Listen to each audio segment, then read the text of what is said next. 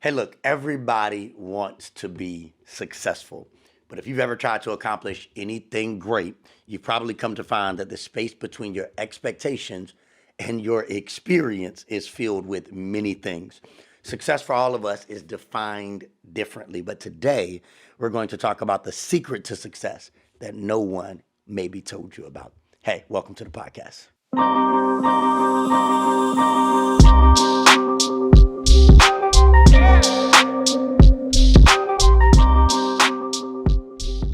Welcome back to episode 2 of the podcast. Man, I'm telling you right now, so excited to be in the podcast world. This has been a long time coming, and I cannot say thank you enough to all of you who supported episode 1. Thank you for everybody you shared it with. The numbers have been amazing. The stories have been phenomenal. And thank you for liking and subscribing, sharing, rating, and reviewing.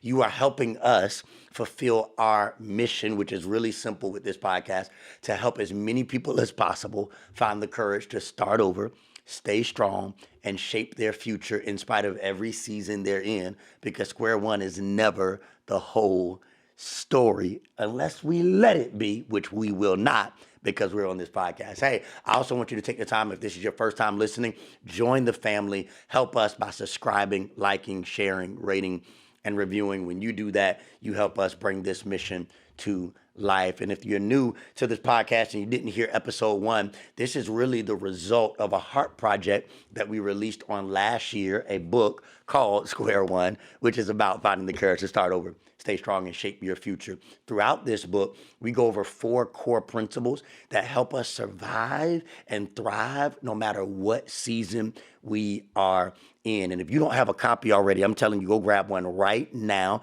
You can head over to vernongordon.com, or you can also go to Amazon to find it as well. I definitely want to make sure you get that in your hands. Hey, also, when you head over to the website, there's a couple of things that we don't want you to miss, and that is our Square One Masterclass, which is taking place on February 22nd and 23rd. During these 2 days, we're going to be talking about how to build a rhythm of life, how to build resilience into our life, and even how to build revenue into our life so that we can survive and thrive in every season. Not only that, but then in the month of March, I'm going to be doing a coaching group with an unlimited amount of spots available to help people build the tools and the skills and the strategies to continue to endure and to find joy in every season. I'm telling you, you don't want to miss it. So head over to the website and get registered right now.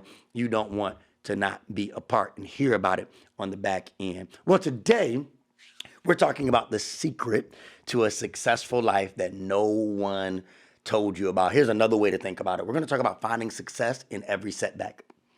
Finding success in every setback. Last week, we kind of defined this idea, if you look even on Google, of the definition of back to square one. It means to go back to the beginning after a dead end or a failure. And we started looking at this idea that just because we are starting over doesn't mean that we're not starting better, right? Doesn't mean that we're not going to be able to, as James 1, verse 2 through 4 talks about, develop and mature and become even greater on the other side of that setback. Now, I want to pause really quick and take you back. I don't want to get ahead of myself, to my childhood, or probably my early teens. And I remember bumping into a poster in a hallway of my school. And on this particular poster, there was something very interesting. There was images of all of these people, and at the heading, it said famous failures. Famous failures. Let me see if you know any of these names. You've probably seen this before. It says that Steve Jobs, at the age of 30, was let go. He was devastated because they tried to push him out of the company he started, what we know is Apple. Walt Disney got fired from a newspaper for lacking imagination. Go figure. Oprah Winfrey was demoted from her job as a news anchor because they said she wasn't fit for television. Albert Einstein wasn't able to speak until he was 4 years old. Michael Jordan got cut from his high school basketball team. The GOAT, that's a different argument, different podcast for another day, right? Went home, locked himself in his room and cried. And the Beatles were rejected from a recording studio who said they didn't like their sound. It sounds crazy to hear those stories. and to think to ourselves after all the success that they accomplished, that there would be a moment in their life where they hit square one. That there was a moment in their life where things didn't work out as planned. That there was a moment in their journey where they had a setback, a disappointment, a delay, or a denial. And while we admire all of them for their future success, it was preceded by a struggle, or as the heading of that poster said, failure. Why does this matter? Because all success has some struggle attached to it. And here's what nobody told me about success: that failure is at the foundation of a successful future. You can write it down, put it in bold, highlight it. Failure is at the foundation of a successful future. I would even go as far to say this: if you're afraid to fail, you're probably afraid to succeed. I've never met a successful person who hasn't become familiar with failure. I had an opportunity to sit at a dinner one time with John Maxwell, and he began talking to us about even this idea of the relationship between success and failure. And the encouragement he gave us at that dinner that night has stuck with me for the rest of my life. He said, always keep them together. Success and failure need to stick together. He said, here's why. Success gives you resilience. Failure, though, gives you humility. When you continue to succeed, you start to have more confidence and more courage in yourself. True, great, wonderful. But here's the other reality.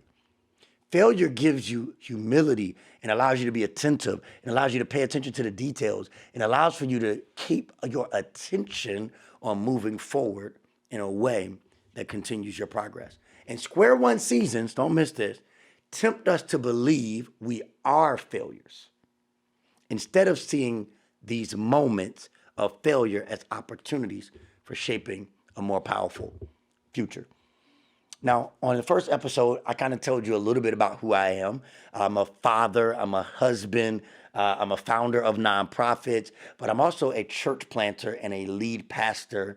And so what you'll find throughout this season is that while this podcast is for everybody, there are going to be entrepreneurs and business leaders, and some of you may not even believe like I believe, but hear me, you still belong in this community. But you will find that my faith is at the foundation of all that I believe about life.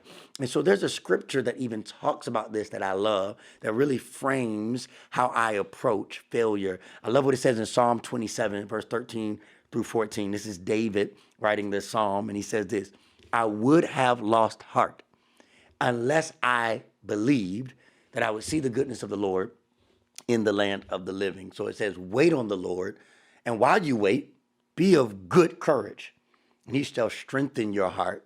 Wait, I say, on the Lord. Now, if you're not familiar with David's story, he is one of my favorite characters in the Bible. Not because of all that he accomplished. He was successful. He did a lot. But the journey it took to get there was crazy. I mean, if you ever read the whole story of David, I mean, it feels a lot like probably many of us when we're looking at our square one journey. What do you mean, Vernon? David was told at a young age that he was going to be this king. Like, he was like, hey, David, I know you're working in the field right now, and I know you don't do much. I know you don't see all this for your life, but I just want to give you a vision for what you're about to become. You're going to be a king. And then what many people don't recognize is there was almost 15 years in between that and the actual kingship. Don't miss it. David had to endure almost 15 years of waiting for what he heard to actually become his reality. The moment between what was said and what he saw. And throughout that journey, I'm certain that David had many moments where he felt like failure. Like, man, I thought I was supposed to be a king, but here I am in a cave, or here I am losing friends, or here I am being sent away from my community. All of these things happening. And then in Psalm 27, David begins this psalm by expressing his confidence in God, but later on he starts to doubt. And insecurity rises, and the fear of failure shows up in his life. And he finds himself, like I'm sure many of us, the difficulty between what we want to believe and what we actually feel. But then he pens these words: I would have lost heart unless I believed, unless I grew my confidence. Lost heart in the Hebrew literally means to begin to feel that one cannot do something that he has been trying to do. And maybe you found yourself there, maybe now, maybe in the past, and maybe you will in the future. Where it's like, man, what do I do when I no longer feel like I can do something that I've been trying to do? What do I do when I'm trying to be successful? And hear me, success is defined differently for all of us. Success is not just about cars and money and things and houses. Success is how I want to experience my parenting. I want to be a successful parent. I want to be a successful spouse. I want to be a successful business owner. I want to be a successful leader. Maybe you lead a staff or supervise a team of people, or you're a manager of people. We all want to be successful at the responsibility we've been given.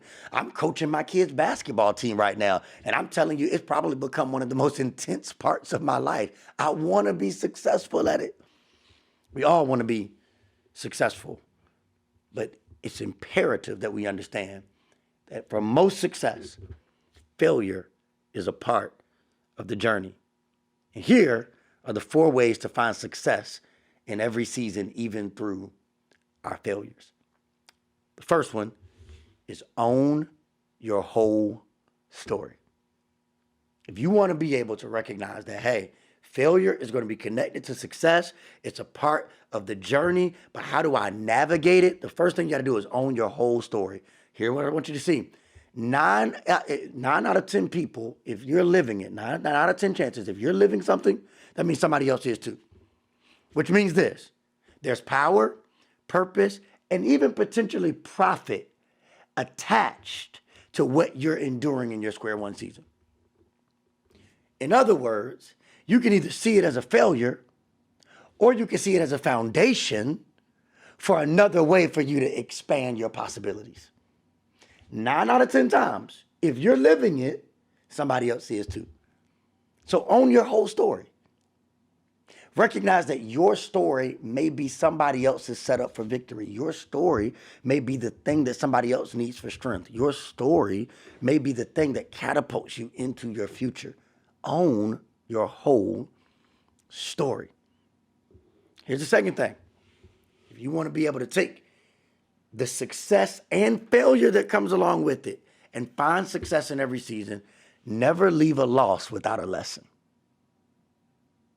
I didn't say you won't lose. You might hit moments where you say, man, that's a loss. Man, that's a moment I got set back. Man, that didn't work out the way I planned. But never leave a loss without a lesson. You should be asking the question, what did I learn from this? Failure is only a problem if I fail at the same thing the same way, right? And you can never improve what you won't inspect. So will failure show up a part of success? Sure, but never leave a loss without a lesson. Here's the third one. If you want to find ways to succeed in every season, start small. And I know this one isn't exciting to a lot of us, but if you ever find yourself in a square one season where failure has joined the journey for success, don't miss the opportunity to start over. And sometimes you just got to start small. Perfection is the true enemy of progress. It doesn't have to be perfect to be productive, to be powerful, or to be profitable. So start over, and don't be afraid to start small. But starting is better than standing still. So when you're on your success journey and a moment of failure shows up, don't let it stop you. Say, even if I'm starting small, I'm starting again. And here's the fourth one. 4 ways to find success in every season. All progress isn't public. This one, oh man, don't miss this. All progress isn't public. Just because it's not posted or promoted doesn't mean you're not working your way out of the square. Learn to value private victories before public battles. I can promise you this. There is more power in your private victories, more often than not, than your public battles. So failure doesn't have to be the end of your journey. Failure is a part of the success journey if you choose to frame it appropriately. A former mentor of mine, Bishop Kim Brown, told me this once. He said, you can't be successful at anything until you've determined what you're willing to fail at. You can't be successful at anything until you've determined what you're willing to fail at.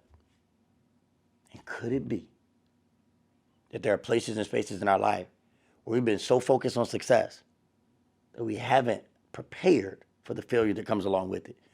Let me explain what I mean. If you want to be successful at being the greatest student in your school this year, you may have to fail at being the best partier. If you want to be successful at saving money this year, you may have to fail at being best dressed.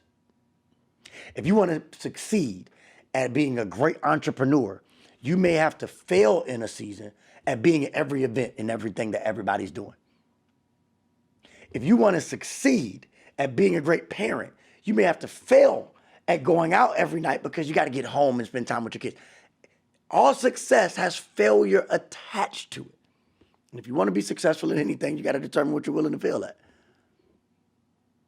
And so don't be afraid of failure, but recognize that the thing that is a part of success that nobody ever told us is that failure is at the foundation to most of the futures we really desire. And you got to make up in your mind that when it shows up in my life, I won't stay still. I'll start over, stay strong, and shape my future. Hey, here's the challenge I want to offer you today. Really simple. Try again this week.